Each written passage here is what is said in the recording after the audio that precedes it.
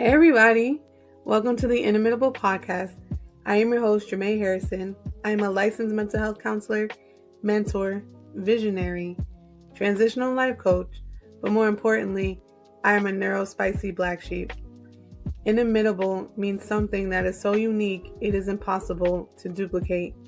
This pod is for the neurospicy who are building mental wealth without a blueprint.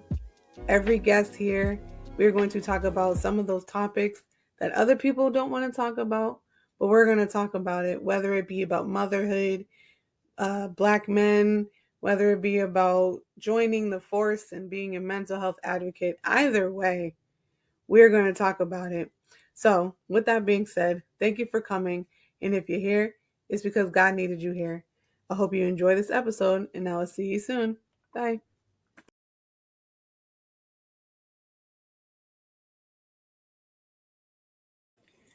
And we are back. Hey, world. Now, as I always do, I give people like a few minutes to come in because, punctuality. What is that? I can't talk. Sometimes I'll be late. Anyway, so whether you're watching this live or a rebroadcast, hello. Thank you for tuning in. Thank you for chiming in. I really do appreciate you guys because you guys definitely be sharing because I'm like, oh my God, people shared. Yay. So as you see, I'm finally not by myself, and I hope I'm not by myself for the rest of the time. I have brought on, or back on, because she's been here before. I've known her for, Jesus, 11 and a half years at this point. First colleagues, then friends. Now we homies, for real. And she is a part of the fam, the mental health fam, okay? Now, I'm going to learn from her just as much as y'all are because girlfriend know her stuff, okay? She knows what she's talking about. So, without further ado, ladies and gentlemen, my good friend, my homie, my colleague, Julvette Vasquez. Ooh, Happy Thursday. Happy Thursday. We here. It's Friday Eve. As it should be. Amen. This close to making it to another week. We get 22 more hours, friend. 22 more hours. The way she clocks it is amazing. Counting down the minutes. I love it. Well, Julie, first of all, thank you for agreeing to come back to share your knowledge, wisdom, awareness, all the things, because this podcast is only able to do what we do because we have amazing guests like you who come in, drop some gems, spread awareness, let the people know, educate the folks. We love to educate folks on life. So appreciate it. The name of this episode is Embracing the Inner Me. And then, I had a little like tagline behind it. But basically, we're going to be talking about how to embrace your inner self, how to connect the two worlds, because sometimes trauma forces us to kind of distance the two. So we have like our somatic self, which is our body and that thing. And then we have like the internal, the spiritual, the emotions. And sometimes those two, believe it or not, although they're in the same body, are often two separate worlds. So we're going to talk about how to marry them two babies, find them, connect them, reel them in, and Julie's going to come with an amazing perspective. I might say a few words here and there, but really, again, we are here to learn from Julie. This is what's so beautiful about podcasts and community is that we are learning from each other in conversation. Don't put all that pressure on me as I'm living authentically to myself today. Yes. I guess if you want to jump right in, Jermaine, tell us a little bit about, let's define some terms. Let's define some terms. Yeah, you know me and the definitions of words. It's a favorite. So definitely, I think one thing I love to say about living authentically is authenticity is living in alignment, right? For me, when I hear authenticity, I hear alignment, right? I love that. And how close am I walking to that like North Star path that I have with my compass, right? My compass. So, how do you see like authenticity kind of being defined? I love that alignment because it definitely is true, right? I think authentic self is that version of you, and this is why I tell people, it's that version of you that you like be trying to like keep tucked away in the corner somewhere, and you're like, I'm only bringing her out on special occasions, or him, I'm only bringing him out on special occasions, and it's like, but why? That's you. That's where the zhuzh comes from. You know what I'm saying? Like, there's a reason for that stuff, right? I think a lot of us mask, a lot of us try to be the thing, try to put on a performance almost. And it's like, yeah, but that's not really you. And, I think we do it. I know for me, I used to do it because it was like coming from an insecure place of like, but they ain't gonna like me because I'm weird or I'm this and I'm that. And so I learned to embrace my authentic self meant I'm allowing the parts of me to show up, whether it's extra or mediocre or basic, you know, all the parts is what makes me whole. So I like that alignment because they all got to agree. Be in agreement. Yeah, I think that agreement might be too much for some of my parts, but but I think that definitely like while we have a common goal, at least there we're trying to keep the same thing alive, right? It's kind of like if you have a fur baby or a loved plant in a house, right? It's like that common goal. Like, all right, some days some things are gonna go awry. Maybe they got into something in the trash that they shouldn't have and throw your whole day apart. But kind of the goal is still the same, right? So I think that for me, living authentically is a path. Right? It's like it's not a resting place. It's not a place where I get to stay. It's a place that if I'm lucky, I get to walk in, continue. That's so good. That's so good. Yeah. So like, do you feel like when we're on this journey, right, of embracing our authentic self, that it's a consistent discovery, like every time you're making more steps in the right direction of the embracing, is that like you're discovering new things about you? And what is that journey of discovery supposed to look like? Because I think a lot of people dread it or kind of shy away from it, but there's beauty in the discovery. Yeah. There's absolute beauty in the discovery. I think a lot of theories or kind of ways of thinking phrase it as like a strength from adversity, right? Or a gift from adversity. And so I do think that there is a lot of beauty in, the work. There's a lot of beauty in the work. And it's a process. And I think sometimes we get lost in just in this the culture that we have here. I'll say even in just the northeastern culture that we have here, it's a very like are you being productive? Are you like meeting a goal? Like where is the goal piece here? Like there's always a doing. And I think part of authenticity in that journey is a lot of work in the being, right? It's being able to sit in strong, overwhelming, uncomfortable, kind of feelings, thoughts, being able to sit in the discomfort and disappointment of others. If we're thinking of authenticity, right? That's good. You have to learn, in order to remain authentic to yourself, right? You must and you will be forced to sit in the disappointment of the people around you at some point. So Otherwise, right, it goes to that question, is this detachment or is this authenticity? Ooh, attachment. We love a good attachment because it's doing trauma work, and this is what I've dedicated my studies and profession to figure out, because I'm like, if you really think about it, the core of a lot of things is some traumatic something happened and we're just trying to like navigate around that or reestablish like safety and everything like that. And I feel like it's hard to I don't want to say accept, but maybe accept is a word, that like we form attachments based off of a very sometimes traumatic place.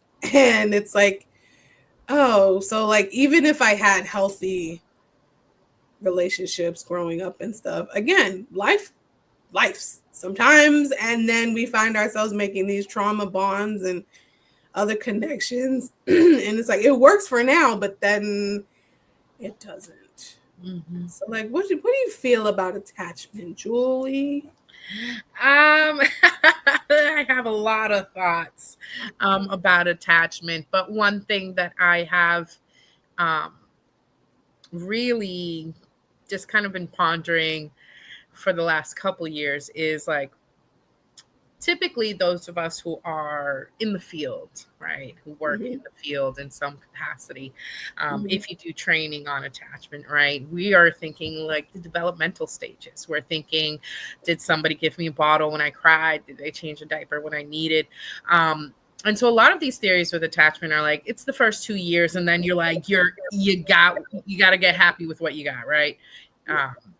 It is what it is. And so I think that for myself, I have come to grow to the understanding that for me and for many others with similar kind of perspectives, that attachment is ongoing. We are constantly, specifically when we are thinking about those of us who may have had to navigate trauma early on, or the neglect or abuse, like whatever it was that created that trauma. Yep. I think the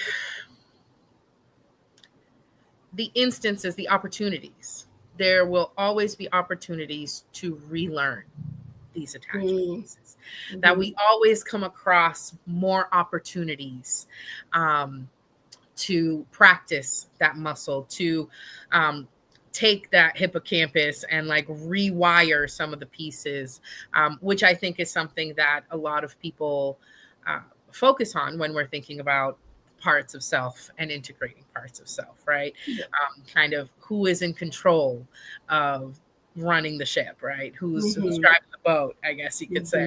And so I think that really it doesn't end early on. I think that's what I think about attachment, that it is, we are constantly coming up against opportunities to renew, to reflect, to reevaluate what attachment is for us in that moment, right? And I feel the same way about safety.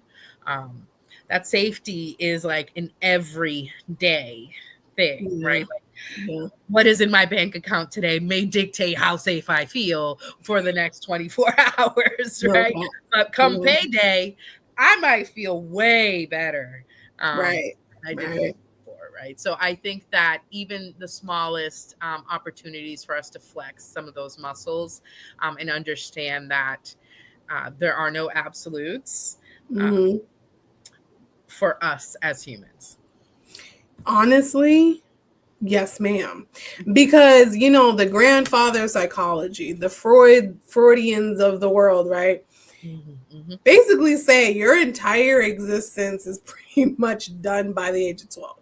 Everything that you will ever be is done by 12. And I'm like, yo, houseway, we barely lived and experienced anything. Like, we literally are forming relationships with external and internal self all the time. Right? Like, what Jermaine needed 10 years ago is surely not what she needs right now. Right? So my relationships are going to look differently. My attachments are going to look differently. My behavior is going to look differently. And so to say that like everything about me is like rock solid at the age of 12 I think that takes away from like the idea and the concept that like we have to consistently interact with the world. And that's where traumas come from. You know what I'm saying? That's where pains come from. That's where joys and excitements come from. And it's like, how are we stuck as a evolving 12-year-old like every year? Like, to me, that just sounds insane. And that safety part, yes, ma'am. Yes, ma'am. Because I think we form attachments to find safety.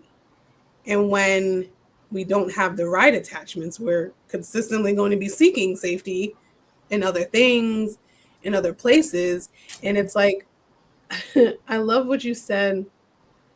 I don't know if you said this here or just like in our general conversations, but like seeking safety is always an ongoing thing because there's certain things in life that'll kick us out of it, that'll kick us out of safety and security. And a part of Maslow's hierarchy is safety. Like literally, there's like your natural like food, water, shelter, and then boom, the next thing is safety. And I'm like, mind blowing, because yes, we know how important safety is, but like we don't know how important safety is to our like development as a person, to our existence, to our progress. So like, how important is safety in just our every regular day existence? Yeah, I think that's not only an individual question, but also like a society question, right? However, I want to go back to something that you mentioned to tie into before I answer that. Go for it. And that is, if we are never safer than we were when we were 12, then you are absolutely going to be repeating things from the perspective of 12, right? And so I think that's why safety is important. There are instances, right, of animals, plants. You know, if you think about it, fungi, right? If we're thinking about just like mushrooms, right? They must have a safe environment to flourish. Right? And so why would we think that humans are so far separated from the nature of the world that we wouldn't also need an appropriate environment for us to flourish to our full capacity? So good. Right. So good. So I feel like safety is the soil, right? Safety is like the soil. The soil is made up of multiple components. We're not just, you know, saying, hey, there's dirt, right? But soil comes with clay or rocks, or, you know, you have other components in soil, nitrogen and phosphorus and all of these pieces that can make up a very healthy soil. And I think that safety is that container that we are creating. And when we are not able to source that safety from outside of ourselves, it is ever more important that the pieces that we did early on, or the pieces, if, you know, we are young right now, right? The pieces that we're still creating, that's when these pieces are even more important. That's when the integration is more important, because with rocky soil, right, comes separation, the ability for possible growth, because we've all seen a plant growing in the middle of the cement sidewalk somewhere. So it's possible growth, but it's stunted. It is not in its most perfect kind of soil to grow. That is so good. See, this is why we're here, man. First of all, powerful gems you were just dropping. I hope people were catching it. Again, whether you're watching this live, talk to us, say hello, be in the comments. Hey. But you're absolutely right. Like the soil part and the container and kind of like the greenhouse of who we are that allows us to continue and to move is safety. So like my therapist used this term, and I told her I was stealing it from her. Your emotional landscape, right? I was like, that is so. And as she was talking, I was like, bro, yes, it makes sense. Like when your emotional soil, like you were saying, is cracked, child, everything starts to split. Like plate tectonics out here in these streets. Like your safety moves, your identity moves, your relationships move, your joy, happiness, power, confidence, all of those things start to shift. And I'm like, my God. So like, is glue the thing that keeps it all together? Like, what is... Mm-hmm. Yeah, so I think that that's interesting, right? Like, what does keep the soil together? Yeah. And in my limited, very limited gardening experience, I would say, right, that when I think of an adhesive for soil, when I think of something natural to glue things together, I'm thinking about water. Right. I am thinking about a liquid that can seep in to all the crevices, right? It covers everything it touches. It remains after you have already been done pouring, right? So this is something that is natural. It covers and it connects, right? The only thing that I can think of in terms of safety, attachment, something that fills all the crevices, covers and connects is love, right? Self-love, right? Love for others, other people loving us, right? So receiving love, giving love, in, externally and internally. I think that for me, that's really, um, I can't have safety of myself if I don't love myself, right? I'm always going to have a small part of unsafe feeling, because I am not filling that crevice. It could be on purpose, could be, unconscious kind of thoughts and beliefs getting in the way. But love is really the number one factor for me that I would consider the binder for safety. Self-love above all. Wow. Yes, ma'am. Sometimes we gotta take a nice little pause. In the Bible, they call it a Selah moment, where you just pause, reflect on what you just heard, and then you move forward. So as you were talking about that, I was thinking about, the genesis of our friendship started off at a workplace. And so thinking about how chaotic like residential programs can get, especially with teenagers, it's like all they're doing is trying to find safety in the most chaotic time of their life. Like, they're not just 5, 6 year olds, like these were 12 to 17-year-olds. Those are very vital, important ages to who you become and how you are going to navigate life entering into adulthood. And like, there were some of the kids that were there that were like, I like coming here. I'm like, why the heck would you like being here? And it's like, because this is safe. I know this, right? I know when you're going to call me down for breakfast. I know when you're going to make me do chores. I know when you're going to ask me to, go on an outing or whatever. Bedtime. Like, everything created that safety net for them. And then, they would leave. And then it's like, Lord knows what they entered into, where like that safety was broken. You know what I'm saying? And so when we talk about safety, it's really like, this is how we can navigate the world. Like, if we're not safe, I've learned this real time. When you're not safe, you are doing some crazy stuff. You trying to like do a little bird thing just to find out like something, please, And again, those attachments, like, we can form healthy attachments, but then also unhealthy attachments, because you're like, I don't know what's going to keep me safe.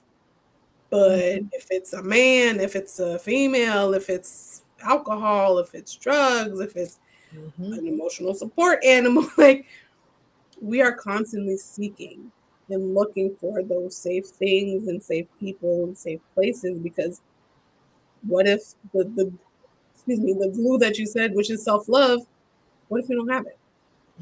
Like, how do you create safety within self when you don't love self? Yeah. And when you love something, you put energy into it. Absolutely. So I think, all right, what came first, the chicken or the egg here? Yeah. Right. If I start creating safety for myself intentionally and consciously every single day, Yeah. I am actively growing my love for myself right then and there, even if it is a trickle, right? We know that a small drop of water can break a rock. So even if I am just a drop of water a day, Yeah. maybe it will take longer for me than someone else who may have buckets of self love that they can use. Mm-hmm. Mm-hmm. Um, but it is still work, right? Mm-hmm. I think that. Um, if we are keeping ourselves alive, Yep. there is untapped love there, right? Just at the very basis, if we think about at our most extreme, desperate, I don't want to be here, I can't stand to be myself, I want to be anyone but me, right? Mm-hmm. At our most extreme version of that. If we're still keeping ourselves alive, there is a sliver of us that believes that we deserve that life, Wow. right? Um, and I think that it's really difficult to cultivate self-love if you have not seen examples, right? Mm-hmm. Or um, if the examples are very distant, right? If the person I know the most that loves themselves the most is somebody I saw in a movie one time, I will use that example, right? It may Mm-hmm. not be I may not be able to implement it throughout my whole life because Yeah. that is not an example of someone who is in real life, right? Who has the Yeah. realities kind of weighing down on that self-love, because Yeah. self-love is not easy, nor am I saying like self-love should be cheerleading, like I'm the best, no Mm-hmm. one's better than me. It's not cheerleading. I think self-love is more of a realistic, compassionate approach to looking at yourself in the eyes and recognizing your fragility, your humanness, and also, your godliness, your child of godness, your magical kind of spiritual, energetic body of self. Man, I should be taking notes. That was so good because there's just certain things about psychology world that you're like, no, yeah, I rock with that, and then there's someone's like, okay. It's interesting that you would say like self love isn't just being a cheerleader because clinicians we preach positive affirmations and say it to yourself in the mirror and fake it till you make it and believe in right like but it's positive affirmations is more than just saying the words. It's like declaring life over yourself and showing the love and deconstructing those narratives because I don't know if you found it, but I work with a lot of people and the thing that they're healing from the most isn't physical wounds. It isn't necessarily attachments. It's words. Like words that someone said to them Mm-hmm. eons ago.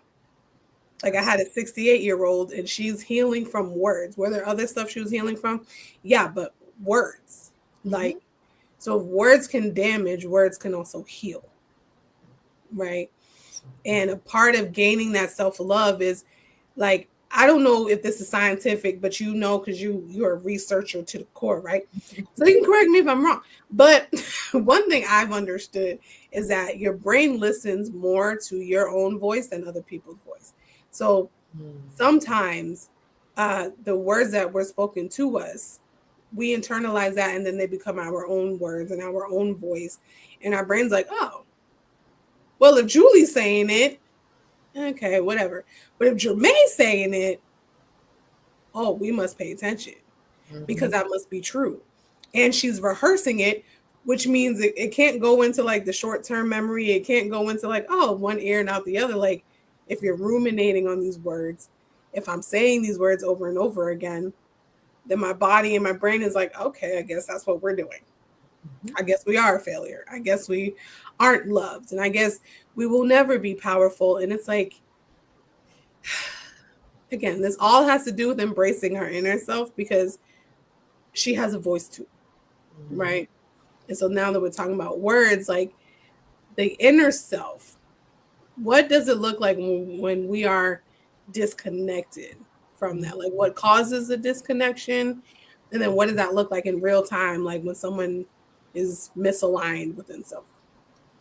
Yeah, absolutely. I think a disconnection is inherent of misalignment, right? I think things that can cause disconnection are the places where we were not either allowed to or we did not have the capacity to show up for ourselves, right? Be one in that space, right? And so that can come from a trauma as small as first time I stand up to tell a joke, nobody laughs, right? Or they tell me sit down, that was stupid, right? Something as small as that can start creating a disalignment within myself, right? A disconnection. Why must I want to tell a joke every time at every function? I know since I was small that I'm not funny. Nobody likes my jokes, right? And there's that small tear and disconnection. I think that with disconnection is and we've talked about this in different conversations. I think disconnection is another level of discordance, right? Not being in harmony.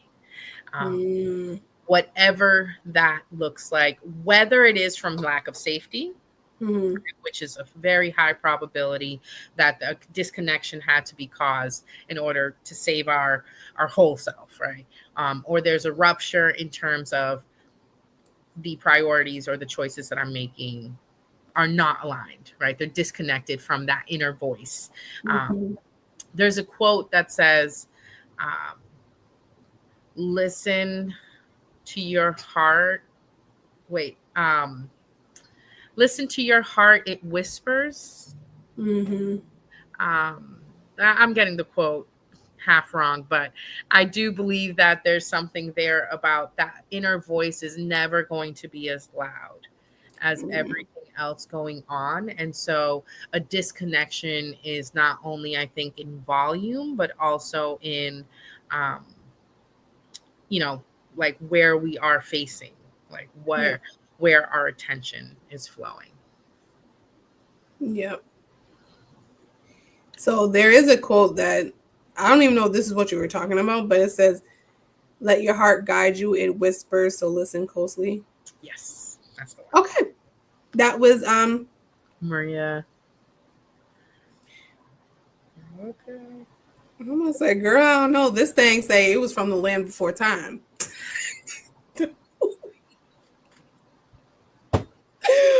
Well, wherever it's from somewhere. No, yeah, it's. I love what you said, and listen, that harmony part, y'all. When things hit you, they kind of like slap you aside the forehead, and it sticks, right? And when you think about harmony, right, there's all these parts that individually are amazing, individually sound pretty good, but when you put all those parts together, comes a symphony and the harmony, and that's great. Okay, like I posted something about day 26, and they were singing. Lord, Darren, help me out. What was the song? Co-Star, right? The harmonies in that song, butter, smooth, love it, amazing, right? Boys to Men, and the harmonies on point, right? And then you have people who like, if this was like a 4-part harmony, 2 of the parts are sounding real beautiful, then the other 2 are sounding like that Grinch meme when he's trying to meditate while doing yoga, and it's just noise, right? And it's just like, I think that can be unsafe. I know for me, when there's a misalignment and there isn't harmony, what was the word? The D word. Discordance? Discord. Yep. And when that happens, right, it's like when I'm not aligned within self, I feel unsafe, right? And I'm a very highly emotional person. So like when my emotions are over here and logic's over here, girlfriend's a little crazy. a little bit, you know. And I don't feel safe because I'm like, which one do I follow? Which one do I listen to? The heart, the logic, both are needed, but they're not saying the same thing. So I don't know. And the parts, Julie, the parts are so important. Now, I'm not well rehearsed in internal family systems. It's great stuff. Heard great things, you know. But I did watch this video from Frank Anderson. I guess he's one of the people that's really like the trainer of internal family systems. And he said instead of keeping the parts separate or suppressing certain parts of you, we lean into it and listen because it has something to say. So like what you were saying about your heart, it whispers, listen to it, it has something to say. I feel like there's parts of us, and he was talking about like this with attachment as well, where he's like certain parts of us have different attachment styles, right? So like one part of me might be disorganized in my attachment, which means I'm all over the place and I don't know what I want from you and I don't know what I'm getting from you, but we're here, you know. Another part of us might have secure attachment, like this is my safe space, this is my safe person, I love it here, this is cool for me. And there's so much going on. So like, Julie, help us to find harmony within our bodies when like there's so much noise and it's not sounding like a symphony. It's sounding like a train wreck. Well, I guess I would to make a bad joke because I'm laughing at it already. But instead of a symphony, you could call it a symptony because they're all symptoms, right? When we're thinking about IFS, right? Mm-hmm. The symptoms are the highways of expression for our parts. Right. So if there is a part, I believe, that is expressing itself by using a disorganized attachment, right? It is using that attachment as a symbol. It is using that to spread a message. It is using to be heard. Right. And I think part of that suppression piece you were saying is that the goal is not to be like, oh, okay, I'm disorganized now. You need to stop. Like, you need to go away. You have to stop this type of attachment. You have to shut down, right? You have to withdraw, whatever it is that is going to create more safety within. And it's more of a like, what is this trying to say to me, right? We as adults, you know, I'm speaking a little bit as a millennial here, but some of us try to continue that curiosity in life. And I think that that is one of the major keys when we see a behavior trying to give us a message. I believe that if you are looking at it from an IFS standpoint, right, it is a pathway to teach you something, right? That we all have the capacity for a secure attachment. However, in this moment, in this situation, the message of the wound that I would like for you to pay attention to is going to be heard through this kind of behavior. I love that. Ma'am, if you don't come on this podcast and preach to me,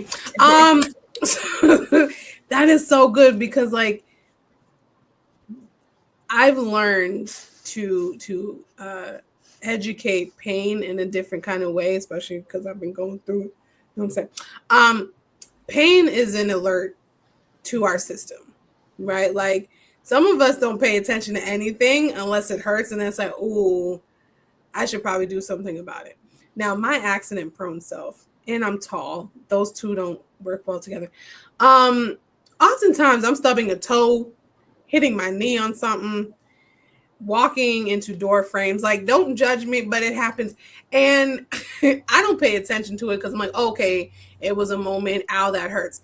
But if it progresses past that moment, I should pay attention to it. I should be like, ooh, maybe I broke, sprained, bruised, something. I should probably pay attention to that. Now, we do that with our physical body, but we don't do that with our emotional self.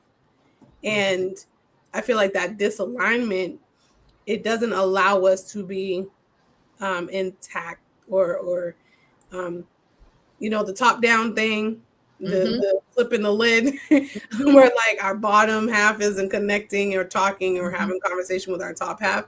And like, that's why I feel like we have to learn how to embrace who we are, our authentic selves, the brokenness, the healed parts, the stuff that's still healing, the stuff that we don't even know about, because this all makes us who we are, right?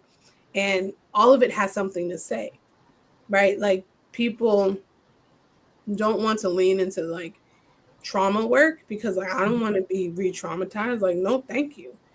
It's like, sure. But sometimes our habits and our behaviors are not reflective of what we're trying to do because we're frozen somewhere and it's reflective of what that thing was. You know what I'm saying? So like, how do we allow ourselves to break free from that trauma of the past? How do we, find ourselves seeking safety, finding safety, and learning how to incorporate that into our healing journey?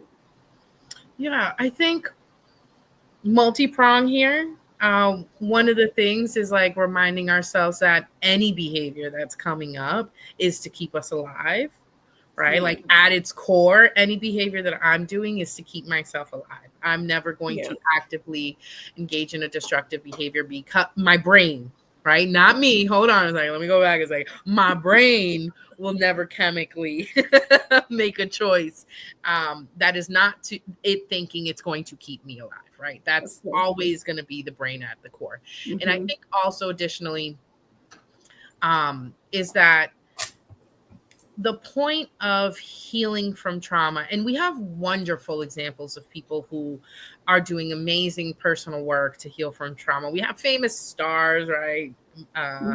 Miss O Network and, How to Get Away with Murder, Miss Viola Davis, right? We have great examples of people who have voiced truth to their trauma and also shown us what it looks like to kind of be functioning at a very high level, healing from that trauma. So I think it's not that so much that there's like this is what it looks like to heal from trauma, more as it is, this trauma is no longer holding destructive power over my life. That's good.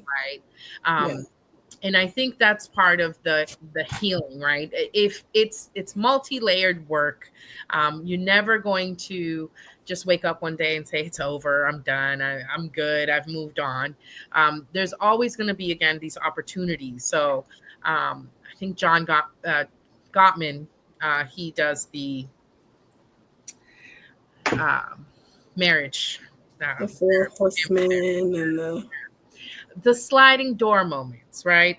I think there are sliding door moments where we can choose, right? We can see both sides and we can choose, can I lean into this really, really small kind of moment and connect that? And I think that we are given these sliding door moments all day, right? That person who cut you off on the road, or the person at the CVS pharmacy line that's taken too long, or all of these other pieces, right? If we lean into like, wait a minute, what's bubbling up here for me, and just look at it from that perspective instead of like, oh, it's because of this, like leaving that to the therapist room, right? Doing that introspective work in a safe space will do wonders. But also just reminding ourselves that the work is not to therapeutize ourselves, right? It's not to give ourselves therapy. The work as just human beings is to give ourselves grace and space. And that is what will create that safety, because you give grace to the things you love. So good. So good. Yes, ma'am. So there's a part of healing that I literally just said to a client, and I think I made a post on it earlier, where like healing isn't safe because it forces you to do a lot of things you didn't want to do, face a lot of things that you're like, I don't want to look at that. No, that can't be true. That's me. Ew. It's unsafe. And so I get why there's a hesitancy when it comes to like healing in general, because it makes you unsafe and it makes you feel like I need something external to carry me through this, because internally, I'm a. And I think that is another message. I think that is another message coming from your parts saying, pain, we do not have the capacity to tolerate this pain. Yeah. Right. Because I think that's where that unsafety comes from, is like, if you break a bone, it hurts when it's healing. Right. Absolutely. If you, as a chronic ankle sprainer, right, it hurts even when it's healing. And so if we are fearful of just being able to sit in emotional pain, actual emotional pain, then we will feel that unsafety. Absolutely. I agree. You know, you've been using that word capacity a whole lot. And I love it because we don't understand our capacity or our window of tolerance, or we don't understand those things until we are faced with it. And it's like, maybe I don't have the capacity for much. Like, again, transparent moment. Listen, I hate pain. Absolutely hate it. Don't ask me to go. No. In this season that I'm in, I've learned like, oh, my capacity is a little bit better than I thought. But we often are operating from places where we are trying to stick so much in something that we don't have room for, right? So like making room for healing requires us to like I'm gonna sit here and get stretched a little bit and be made uncomfortable, and I hate that, but you're making room. Your capacity is increasing. And I told my client earlier this week, I was like, girl, your capacity got to grow because your tolerance level is as high as your ankles. And this is why we're having problems with people and interactions, because your tolerance doesn't exist. You got to stretch it just a little bit, just make room for it. So I love the fact that you keep bringing up capacity and like how important it is to recognize what your capacity is, your spiritual capacity, physical capacity, emotional capacity. It's so good. Sometimes it's hard, especially if we are socialized in a certain way where we have to, right, put others ahead of ourselves, right? If we're thinking like birth order, if we're thinking culture, right, there's just so many layers of places where some of us are socialized to put everything ahead of ourselves. And so really understanding that capacity is also important, but the vocabulary to even verbalize it. I didn't know my capacity because I just didn't even know how to describe what I was feeling. That's good. And one of the tools I think for myself was there's a chronic illness tool, right, that folks have been using for the last few years called the spoon theory, right? We talk about spoons. How many spoons do you have? And I think something as concretely as just even saying like, how much is each spoon? How many spoons do I have? Just checking in with yourself is like a very minimal tool we can use to start that stretching, to know I only have 5 spoons today and only one of them can go towards emotional distress, right? Like whatever that kind of system is, being able to align ourselves enough to know I need to sit down maybe one day a week and think about some of these things. How am I building this container? Who am I building the container with? I think we shy away a lot from community and having a village because we are, again, right, thinking about regional kind of area. Right, we are kind of forced and conditioned to be independent. It's all about just the one person. So I think that leaning on safe people, people who are doing similar work, right? People who are giving themselves grace, right? Finding people who are these examples. All of these are ways that we can continue to increase our capacity, our toolbox, and create that safe container in order to merge all these parts so you have a more synchronous system. Yeah. No, honestly, Janaea says, hey, Vega. So there's a part that I learned about like your emotional bank account and how people are constantly making withdrawals and we're not making any deposits. Or if we're making deposits, it's not more than what's been withdrawn. And so we're often operating from a deficit and we're just like, I don't have it, y'all. And it's like, that's okay. Like I feel like people feel like they always have to be on and always have to have it and always it's like life these days doesn't always allow you to be on 24/7. And when you were talking about having a tribe and community and stuff like that, like one thing I will say, I have an amazing tribe now. Julie is a part of said tribe. And my tribe does not ease up on Jermaine. Not one bit. Not one bit. But I appreciate y'all, because y'all push my capacity beyond comfort. And but I need that though, right? Because as a person who talks healing and wellness and all the time, I need to make sure that I'm healed and well and doing my work so that I can be present in other places. And I remember a lot of our conversations lately has really forced that mirror to be in my face. And I'm like, dang it. Y'all can see that too. I thought it was just me. Like, y'all see that? Okay, I got work to do. And that's why having a tribe that is trusted and is doing similar work, because, we have some people that are just as toxic as we are. And like, nah, girl, you fine. Go ahead. Like, I understand why you crashing out every 2 days. That's fine. But I got some people around me. Y'all are great. We love y'all. We do. That really force you to be like, nah, girl, it ain't pretty. So don't think it is. But I'm here to support. Yeah. I think that's what's really important is like it's not the noticing, it's the how do you hold that noticing, right?